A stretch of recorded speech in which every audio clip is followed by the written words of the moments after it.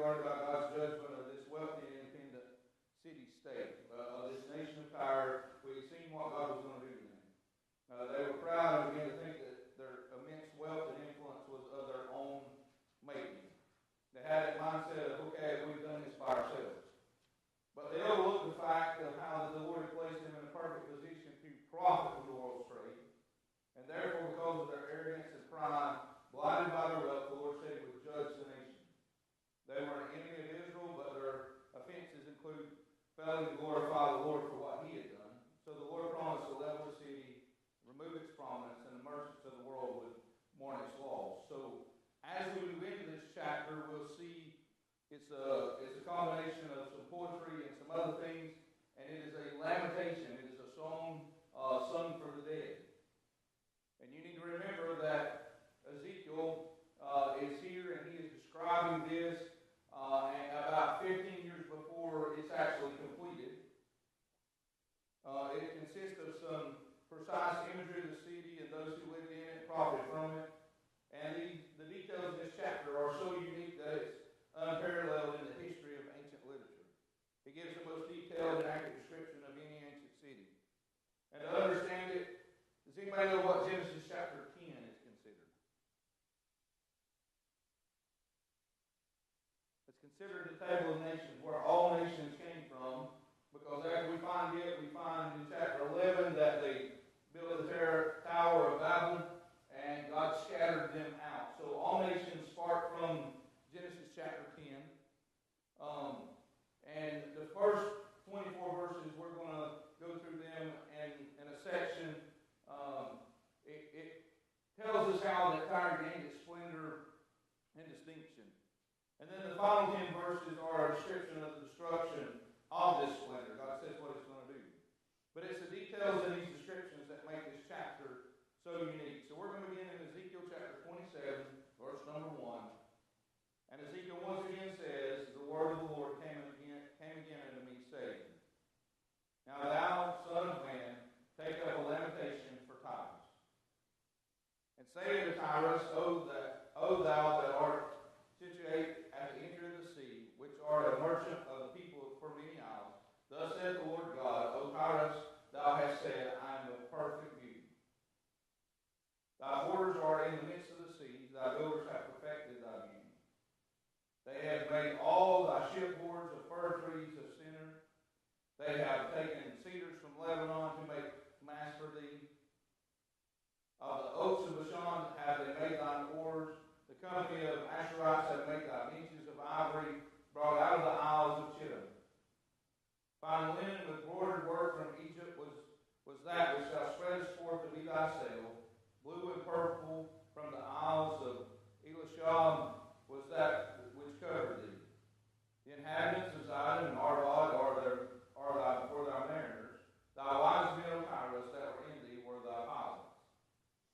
The ancients of Gibel and the wise men thereof were in thee. Thy caulkers, all thy ships of the sea with their mariners, were in thee to occupy thy merchandise. And so we find here that, in effect, the Lord has directed Ezekiel to begin to eulogize Tyrus or Tyre, which is what this lament is. Remember, Ezekiel writes these things at least a year before they begin and almost 15 years before they conclude. And the eulogy is directed to those in Tyre who dwelled in the city. So the audience for this lamentation were the present-day inhabitants who were soon to experience God's wrath. Therefore, this eulogy serves as a warning as well, and it begins where all sin begins. Does anybody know where all sin begins?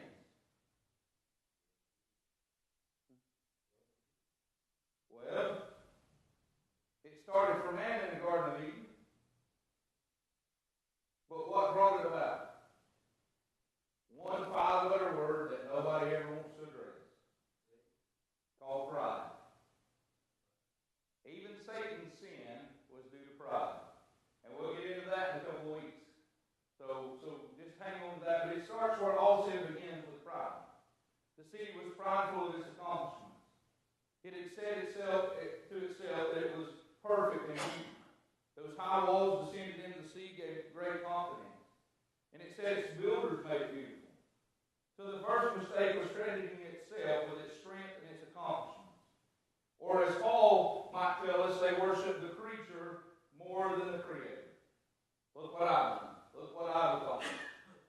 how mighty I am. Look how big I am. Look at all these things, these wonderful things that I've done myself.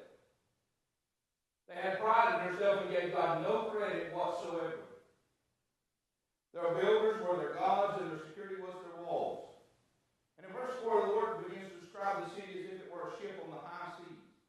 The city saw itself as a tall, stately ship with a tall mast, and the Phoenicians were world-class shipbuilders. Their largest trade ships had crews of up 200 and up, with up to 3 banks of oars on each side of the ship.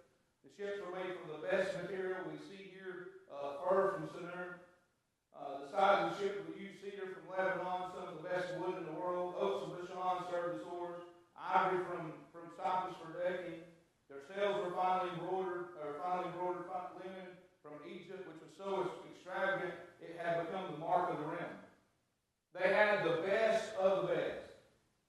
They didn't cheapen anything. They wanted the best of the best. Moreover, the Tyrians had the money to hire the best crew in the world, the men from Sidon and Arvad, and Sidonians and men of Arvad were fellow Phoenicians. And they were unequaled in their seamanship, producing the best sailors and the strongest rowers in the world. Their pilots were trained to navigate any water. They also sailed with artisans who could repair any part of the ship while at sea. This is a description of a world power at its height, displaying its great wealth. And it's an indication of how special power was in the world. It was like the United States in the height of its power, unchallenged, unrivaled, wealth that the rest of the world could only dream about.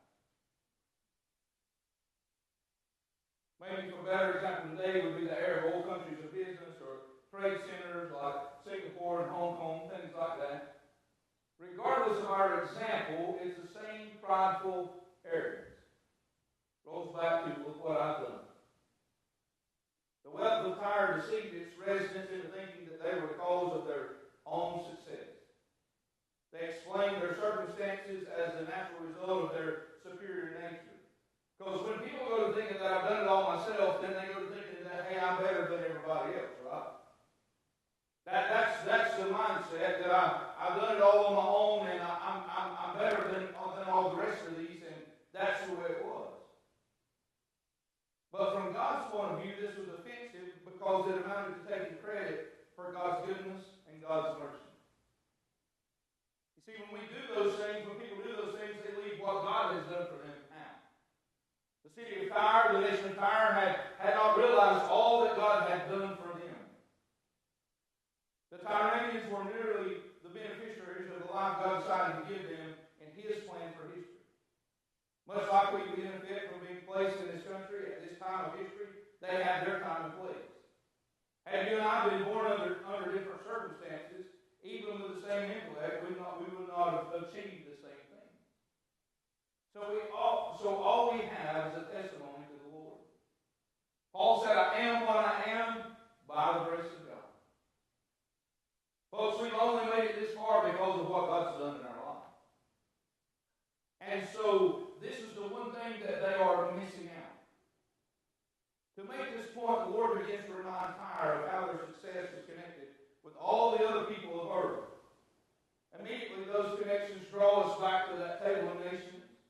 And in doing so, we're reminded of God's scattering of all people according to His purpose and desire. And when we look at that and see that, I mentioned that earlier, Genesis chapter 10, Genesis chapter 11, where we see all the nations coming out of Noah's sons there. And we see them all working together in chapter number 11 that, hey, we're just going to build a tower up to heaven.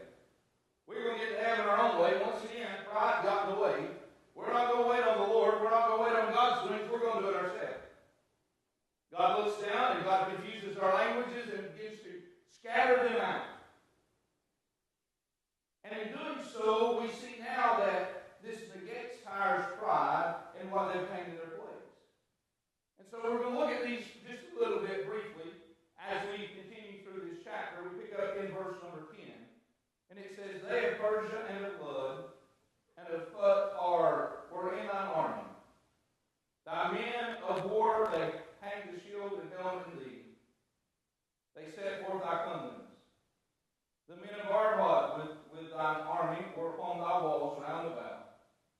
The Gamalians were in thy towers, they hang their shields upon thy walls round about. They have made thy beauty perfect.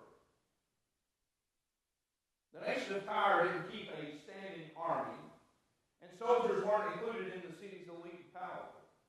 So to protect itself, Tyre hired a mercenary army. And they could attract fighting men from all around because they could pay well, and the city had good defenses. So what did they do? They went out and bought the best of the best. Instead of their people having to fight, instead of their people having to stand, they had the best of the best. And it tells us that they had men as far away as Persia, Lud, and Pud. Likewise, the sons of Arvad, Gemalium, guarded the walls. The great distances these men traveled from indicates how selective Tyre could be in hiring soldiers. They only wanted the best. But it also illustrates their success and their beauty depended heavily on those who were not Tyrians. They were dependent on everyone else to protect them. They looked at it and, oh, look how great and how mighty we are. But God is reminding them that, look, it's other people around that is protecting you. In verse number 11, the Lord says that He's been perfected Tyre's beauty, or at the end of it says they have made thy beauty perfect. It's because of these other people, yet you're crediting yourself for all you've done. And now we find in verse number 12 that the Lord turns to those who made Tyre rich, beginning with those who bought from them.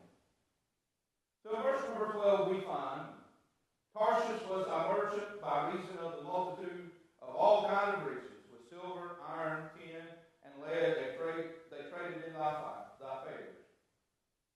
Javan, Tubal, Meshech, they were thy merchants. They traded the persons of men and vessels of brass in thy market. They of the house of Tobamon traded in thy fairs with horses and horsemen and mules. The men of Dedan were thy merchants. Many isles were the merchandise of thine hand. They brought thee for a present horns of ivory and ebony. Syria was thy merchant by reason of the multitude of the wares of thy making. They occupied in thy fairs with emeralds, purple, embroidered work, and fine linen, and coral, and agate. Judah and the land of Israel they were thy merchants. They traded in thy market the wheat of Minnith, and Panag, and honey, and oil, and balm. Damascus was thy merchant in the multitude of the wares of thy making, for the multitude of all riches in the line of Elban and white wool. Dan also with Javan going to and fro occupied in thy fairs, brought bright iron, cassia, calmus were in thy market. Dedan was thy merchant and precious clothes for chariots.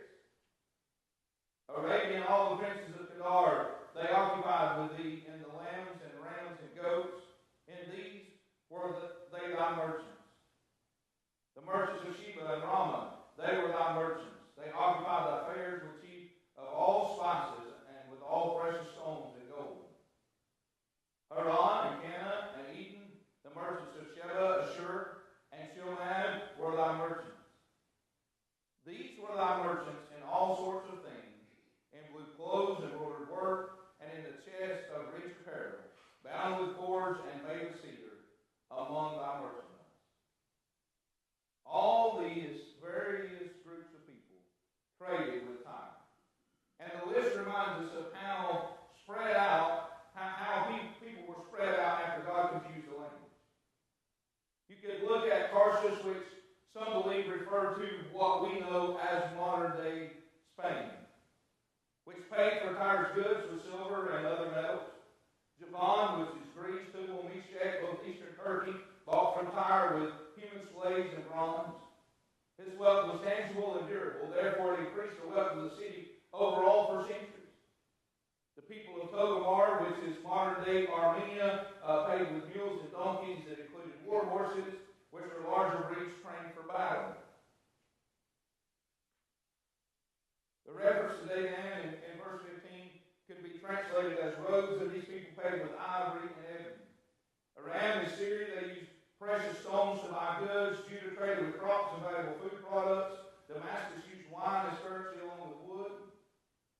The Greeks paid using items obtained from used homes, which is modern Yemen, including iron and spices.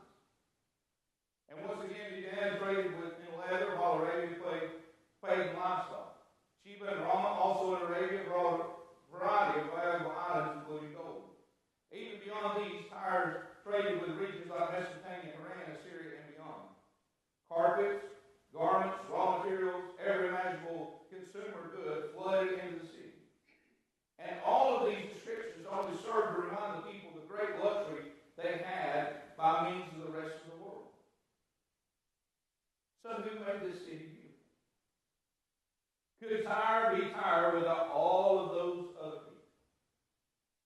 Could Tyre even exist without all of those other people?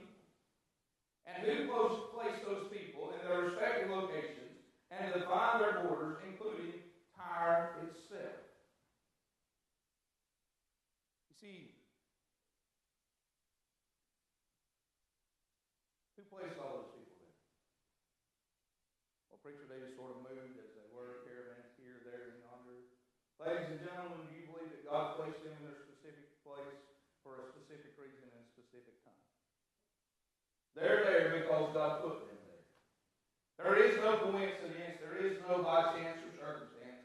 God has a divine plan and a divine purpose.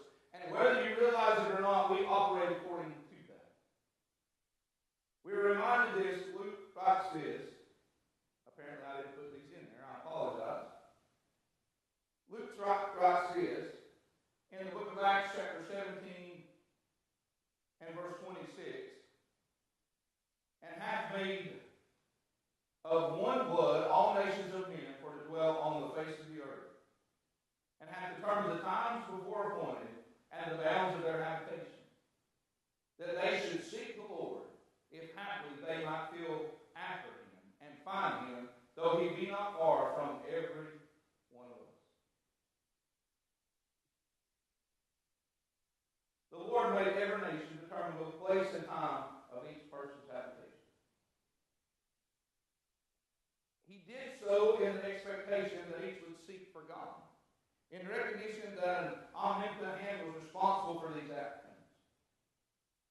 The world today is looking for something that's missing in their life, and they're trying to fill it with all of this stuff. And Tyre was doing the same thing, trying to fill it with all of these goods. And what they were missing was the omnipotent hand that had placed them in that position and raised them up and brought them up and had established them, and they left God out of the equation.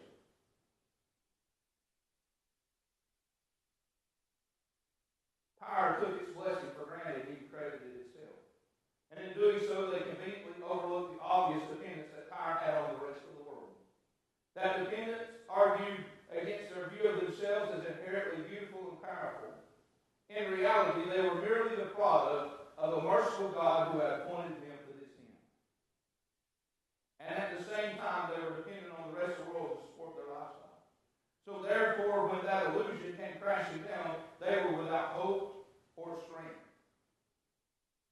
And this is the chief conceit of the unbelieving world. They live in a bubble of self-deceit that allows them to sleep at night. Look what I want, look what I want. I ain't make it on my own, I don't need nothing, I don't need nobody. Folks, I'm going to tell you right now, every one of us, every person that has ever been born is in need of a Savior. Regardless of how much you think you can do it on your own and make it on your own, every person ever born is in need of Jesus Christ. They live in this bubble, and yet it is so fragile that at any moment the Lord can bring it all to an end, and for Tyre he did. The Lord reminded the city how they conveniently overlooked their obvious dependence on the rest of the world and ultimately God. And he uses this metaphor of this tall, majestic ship to picture the city in its splendor. And so now we're going to look at the second half of the book, and we see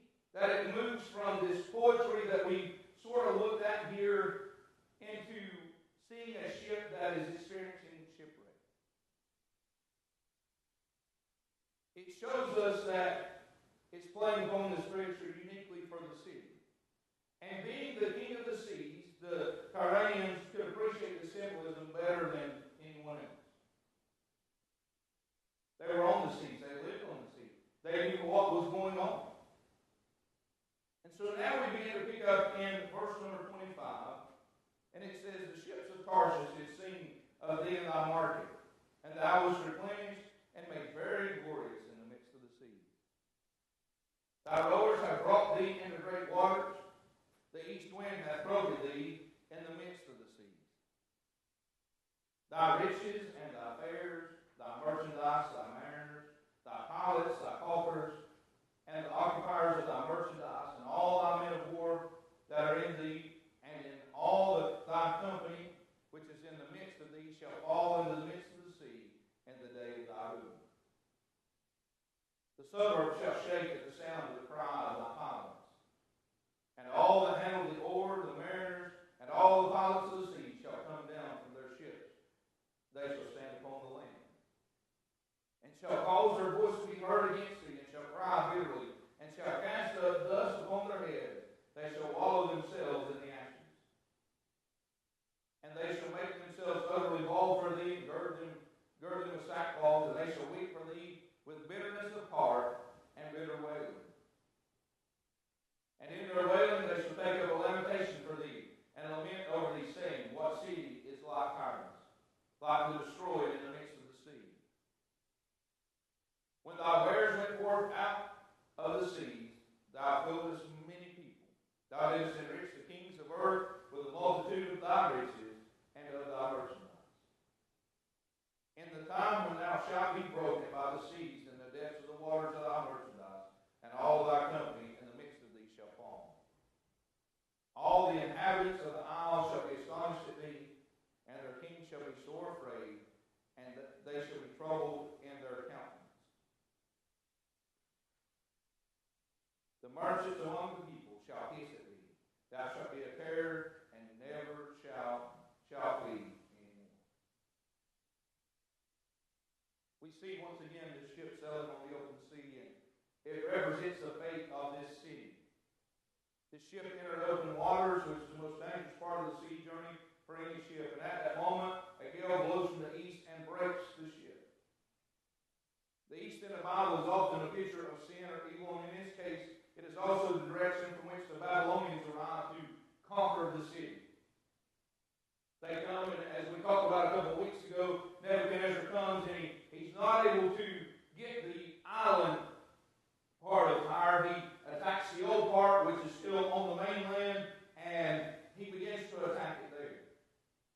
As the ship was broken, its cargo and crew were tossed into the sea.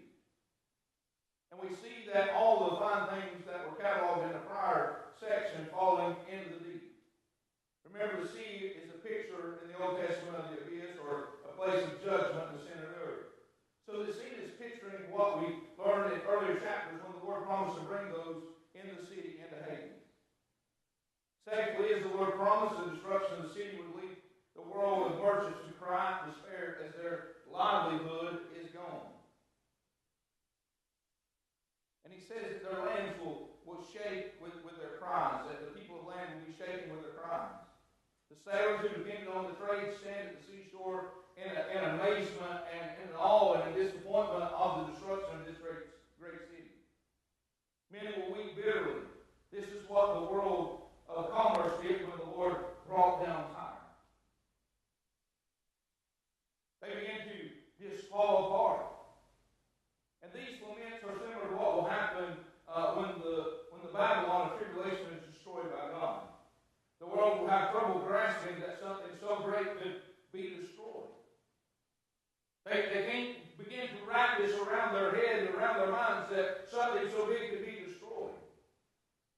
And it could be the state of humanity when great nations like the U.S. or other world powers today are brought low by God.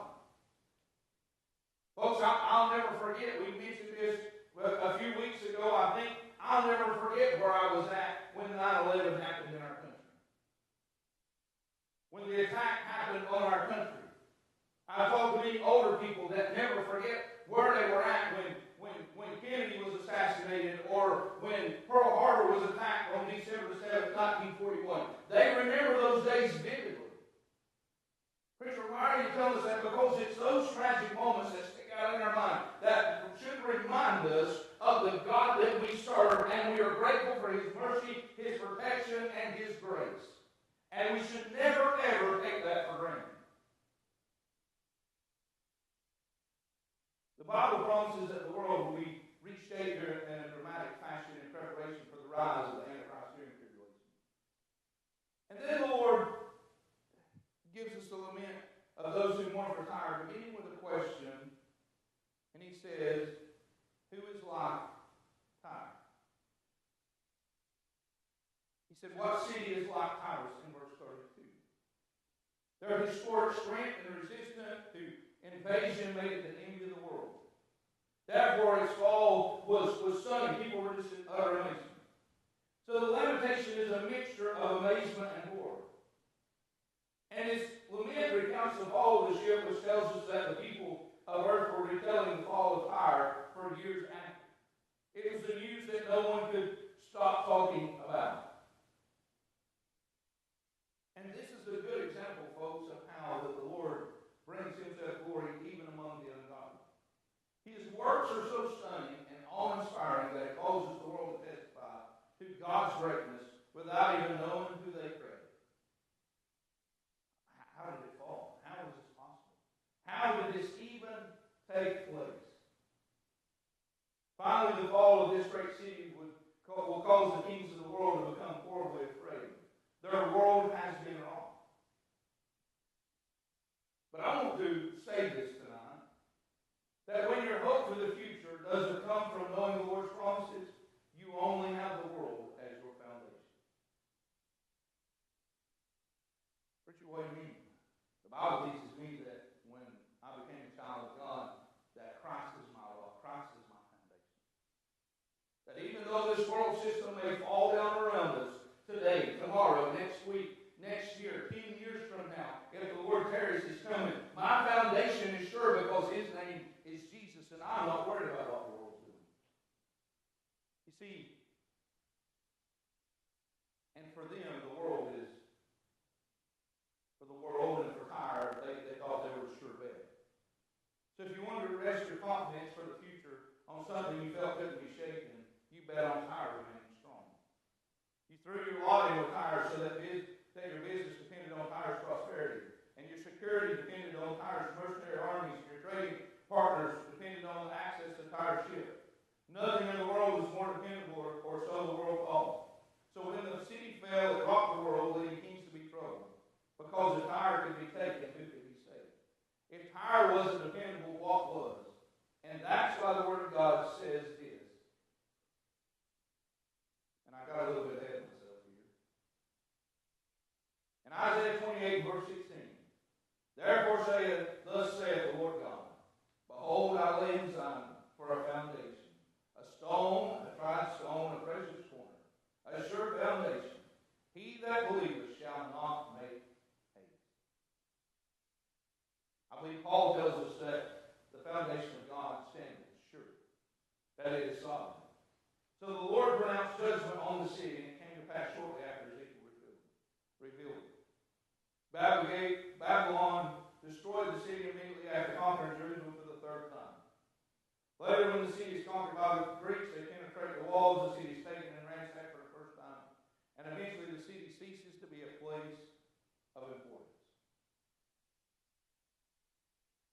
The only hope that this world will find is not in the world, it is in Jesus. And the city of Tyre, even though they were dependent on everybody else around them, they only looked at it as something that they had accomplished in themselves. God brought judgment against them, and God's not done with His judgment against Tyre. When we get into chapter 28, and I highly encourage you to read that chapter, and don't just breeze through it and read through it and say, okay, well, there's only 26 verses in it, I'll be done in 30 minutes and go on. Please take your time and read through it. Because the 28th chapter of Ezekiel is probably one of the most debated, one of the most, it is a major chapter that God begins to name certain individuals in His judgment when He's talking about Tyre. Then once we finish that, we'll get into about 3 chapters on Egypt. I really encourage you to read this, folks, because I promise you, if you don't, oh no, what happened. You're going to have a list of questions a mile long. If you have those, please write them down so that we can go over them next week as well. So with that being said, we will come to a close in chapter 27.